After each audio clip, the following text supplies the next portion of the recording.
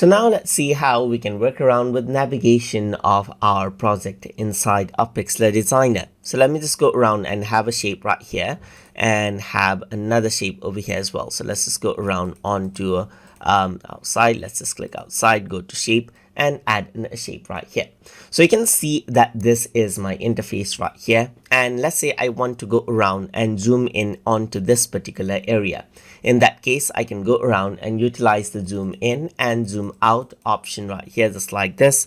Or I can hold Control on my keyboard and use my scroll mouse button to zoom in onto a certain area, just like this. So that is what you have.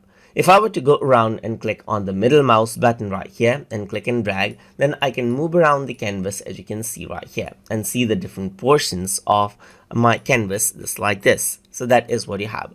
You can also go around and utilize the scroll mouse button to zoom in and zoom out, as you can see right here. So if I were to go around and then let's say, for example, click and drag, then what happens is that it selects out a certain area. So click on the middle mouse button to zoom, to move around and so forth. Apart from that, you can go around and see the layers right here, which you can hide or show over here as well. So this is what you have, as you can see.